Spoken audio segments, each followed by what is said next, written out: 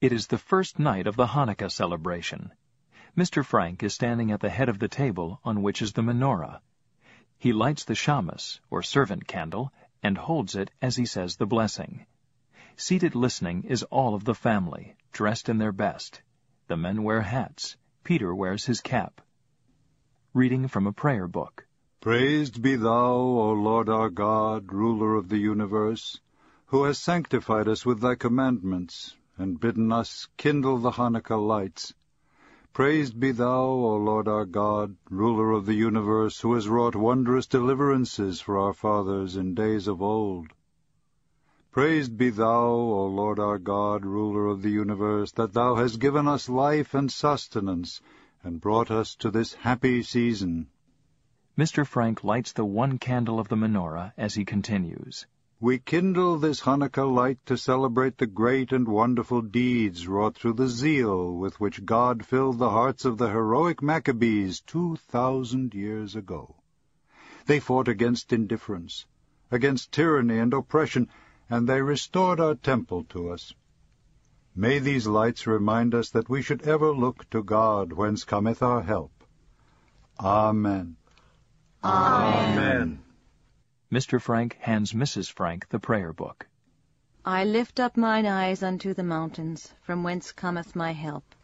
My help cometh from the Lord, who made heaven and earth.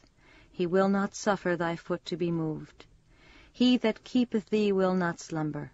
He that keepeth Israel doth neither slumber nor sleep. The Lord is thy keeper. The Lord is thy shade upon thy right hand. The sun shall not smite thee by day, nor the moon by night. The Lord shall keep thee from all evil. He shall keep thy soul.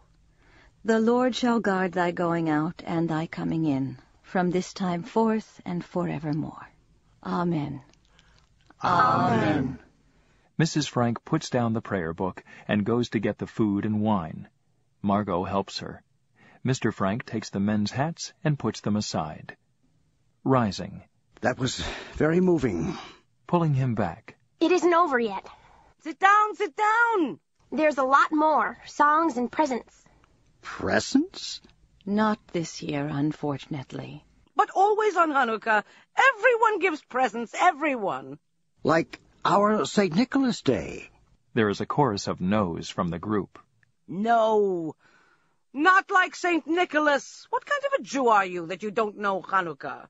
As she brings the food. I remember particularly the candles. First one, as we have tonight. Then the second night you light 2 candles. The next night 3, and so on until you have 8 candles burning. When there are 8 candles, it is truly beautiful. And the potato pancakes. Don't talk about them. I make the best latkes you ever tasted. Invite us all next year in your own home. God willing. God willing. What I remember best is the presents we used to get when we were little. 8 days of presents, and each day they got better and better. Sitting down. We are all here, alive. That is present enough. No, it isn't. I've got something.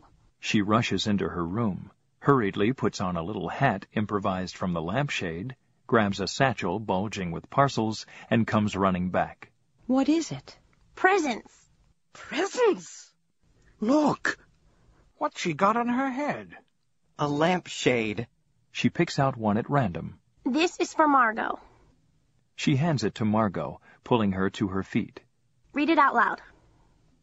You have never lost your temper. You never will, I fear.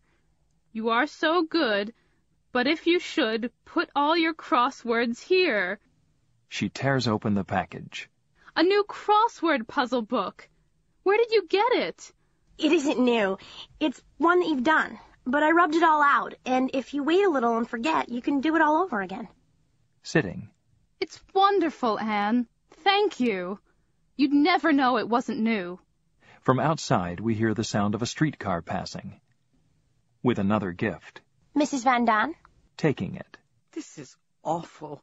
I haven't anything for anyone. I never thought... This is all Anne's idea. Holding up a bottle. What is it? It's hair shampoo. I took all the odds and ends of soap and mixed them with the last of my toilet water. Oh, Anneke. I wanted to write a poem for all of them, but I didn't have time. Offering a large box to Mr. Van Daan. Yours, Mr. Van Daan, is really something. Something you want more than anything. As she waits for him to open it. Look, cigarettes. Cigarettes. 2 of them. Pim found some old pipe tobacco in the pocket lining of his coat, and we made them. Or rather, Pim did. Let me see. Well, look at that. Light it, Putty, light it. Mr. Van Daan hesitates. It's tobacco. Really, it is.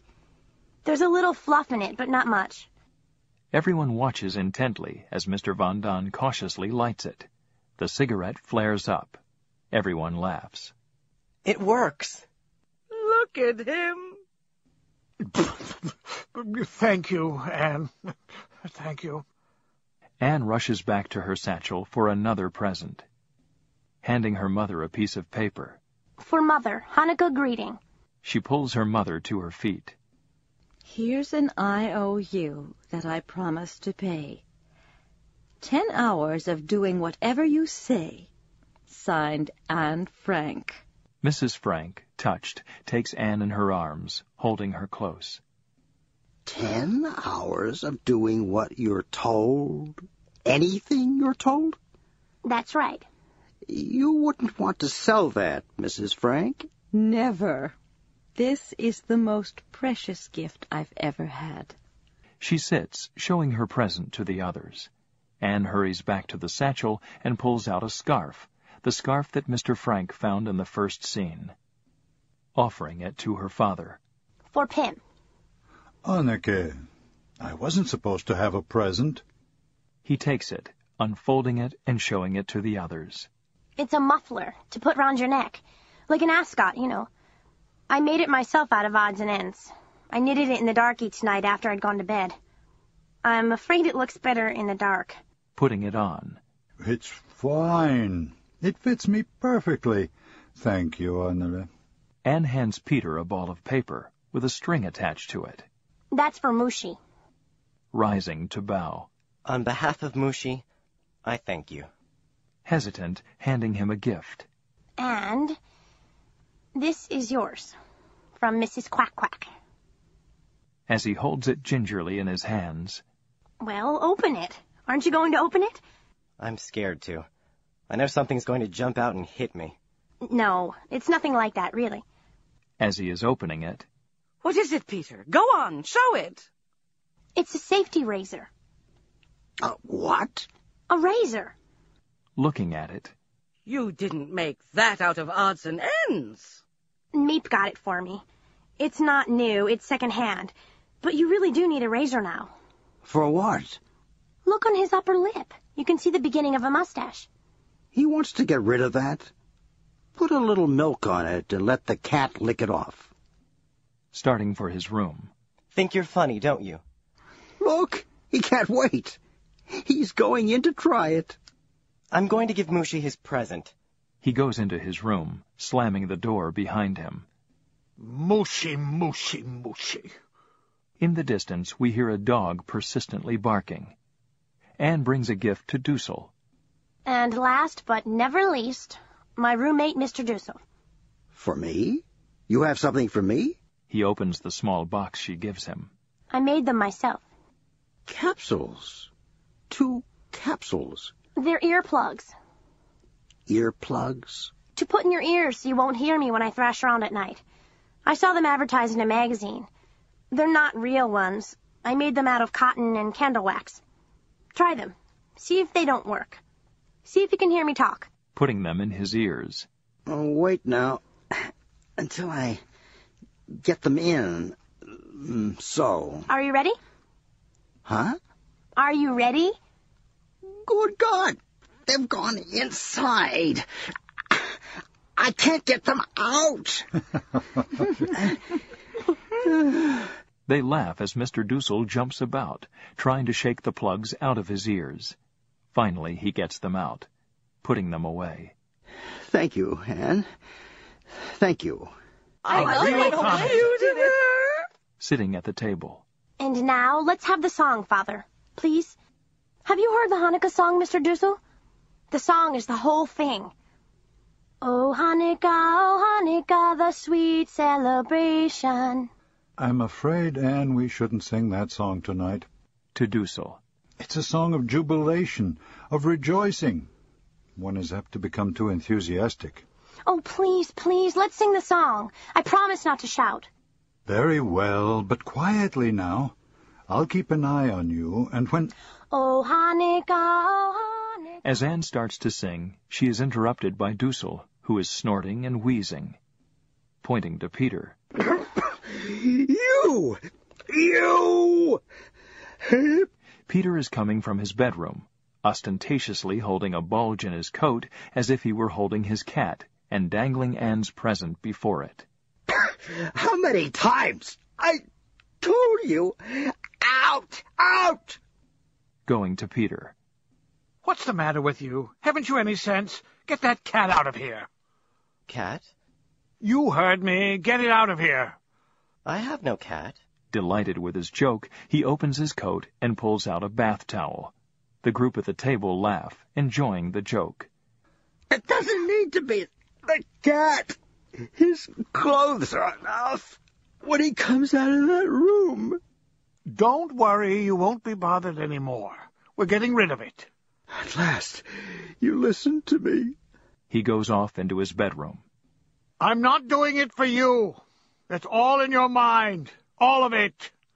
He starts back to his place at the table. I'm doing it because I'm sick of seeing that cat eat all our food. That's not true. I only give him bones, scraps. Don't tell me. He gets fatter every day. Damn cat looks better than any of us. Out he goes tonight. No. Mr. Van Daan, you can't do that. That's Peter's cat. Peter loves that cat. Anne? If he goes, I go. Go? You're not going, and the cat's not going. Now, please, this is Hanukkah. Hanukkah! This is the time to celebrate. What's the matter with all of you? Come on, Anne. Let's have the song. Oh, Hanukkah, the sweet celebration.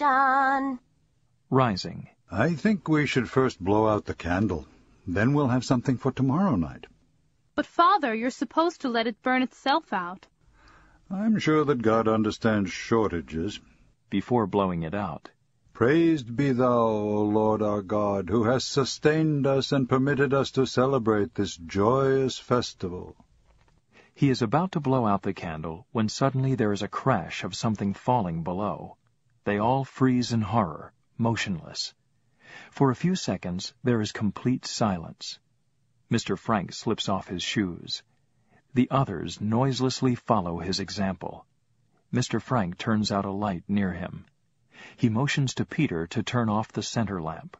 Peter tries to reach it, realizes he cannot, and gets up on a chair. Just as he is touching the lamp, he loses his balance. The chair goes out from under him. He falls. The iron lampshade crashes to the floor. There is a sound of feet below, running down the stairs. Uh-oh. The only light left comes from the Hanukkah candle. Dussel comes from his room. Mr. Frank creeps over to the stairwell and stands listening. The dog is heard barking excitedly. Do you hear anything? No, I think they've gone. It's the Green Police. They've found us. If they had, they wouldn't have left. They'd be up here by now. I know it's the Green Police. They've gone to get help, that's all. They'll be back. Or it may have been the Gestapo looking for papers. Or a thief looking for money. We've got to do something. Quick, before they come back. There isn't anything to do. Just wait. Mr. Frank holds up his hand for them to be quiet. He is listening intently. There is complete silence as they all strain to hear any sound from below. Suddenly, Anne begins to sway. With a low cry, she falls to the floor in a faint. Mrs. Frank goes to her quickly, sitting beside her on the floor and taking her in her arms. Get some water, please. Get some water. Margot starts for the sink. Grabbing Margot. No one's going to run water. If they found us, they found us. Get the water. Margot starts again for the sink, Mr. Frank getting a flashlight. I'm going down. Margot rushes to him, clinging to him. Anne struggles to consciousness. No, Father, no! There may be someone there waiting. It may be a trap. This is Saturday. There is no way for us to know what has happened until Miep or Mr. Crowler comes on Monday morning. We cannot live with this uncertainty. Don't go, Father. Hush, darling, hush. Mr. Frank slips quietly out, down the steps, and out through the door below. Margot, stay close to me. Margot goes to her mother. Shush, shush. Mrs. Frank whispers to Margot to get the water. Margot goes for it. Putty, where's our money? Get our money. I hear you can buy the Green Police off. So much ahead. Go upstairs, quick. Get the money. Keep still. Kneeling before him, pleading. Do you want to be dragged off to a concentration camp? Are you going to stand there and wait for them to come up and get you? Do something, I tell you. Pushing her aside. Will you keep still? He goes over to the stairwell to listen. Peter goes to his mother, helping her up onto the sofa. There is a second of silence, then Anne can stand it no longer. Someone go after Father. Make Father come back.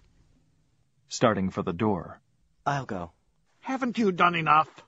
He pushes Peter roughly away. In his anger against his father, Peter grabs a chair as if to hit him with it, then puts it down, burying his face in his hands. Mrs. Frank begins to pray softly. Please, please, Mr. Van Daan, get Father. Quiet, quiet. Anne is shocked into silence. Mrs. Frank pulls her closer, holding her protectively in her arms. I lift up mine eyes unto the mountains, from whence cometh my help. My help cometh from the Lord who made heaven and earth. He will not suffer thy foot to be moved. He that keepeth thee will not slumber. She stops as she hears someone coming. They all watch the door tensely. Mr. Frank comes quietly in. Anne rushes to him, holding him tight. It was a thief. That noise must have scared him away. Thank goodness. He took the cash box and the radio. He ran away in such a hurry that he didn't stop to shut the street door. It was swinging wide open. A breath of relief sweeps over them. I think it would be good to have some light. Are you sure it's all right? The danger has passed. Margot goes to light the small lamp. Don't be so terrified, Anne. We're safe. Who says the danger has passed? Don't you realize we are in greater danger than ever? Mr. Dussel, will you be still? Mr. Frank takes Anne back to the table, making her sit down with him, trying to calm her. Pointing to Peter. Thanks to this clumsy fool, there's someone now who knows we're up here. Someone now knows we're up here hiding. Going to Dussel. Someone knows we're here, yes. But who is the someone? A thief! A thief! You think a thief is going to go to the Green Police and say, I was robbing a place the other night, and I heard a noise up over my head? You think a thief is going to do that? Yes, I think he will. You're crazy. She stumbles back to her seat at the table. Peter follows protectively, pushing Dussel aside. I think someday he'll be caught, and then he'll make a bargain with the Green Police. If they'll let him off, he'll tell them where some Jews are hiding. He goes off into the bedroom. There is a second of appalled silence. He's right. Father, let's get out of here. We can't stay here now. Let's go. Go where? Sinking into her chair at the table. Yes, where? Rising to them all. Have we lost all faith? All courage? A moment ago, we thought that they'd come for us. We were sure it was the end. But it wasn't the end. We're alive, safe. Mr. Van Daan goes to the table and sits. Mr. Frank prays. We thank thee, O Lord our God, that in thy infinite mercy thou hast again seen fit to spare us. He blows out the candle, then turns to Anne. Come on, Anne. The song. Let's have the song. He starts to sing. Anne finally starts falteringly to sing as Mr. Frank urges her on. Her voice is hardly audible at first. Oh, Hanukkah, the sweet celebration. As she goes on singing, The others gradually join in, their voices still shaking with fear. Mrs. Von Dahn sobs as she sings. Around the feast we gather in complete jubilation. Happiest of seasons now is here. Many are the reasons for good cheer. Dussel comes from the bedroom. He comes over to the table, standing beside Margot, listening to them as they sing. Together we'll weather whatever tomorrow may bring. As they sing on with growing courage, the lights start to dim. So hear us rejoicing and merrily voicing the Hanukkah song that we sing. Hoi! The lights are out. The curtain starts slowly to fall. Hear us rejoicing and merrily voicing the Hanukkah song that we sing. They are still singing as the curtain falls.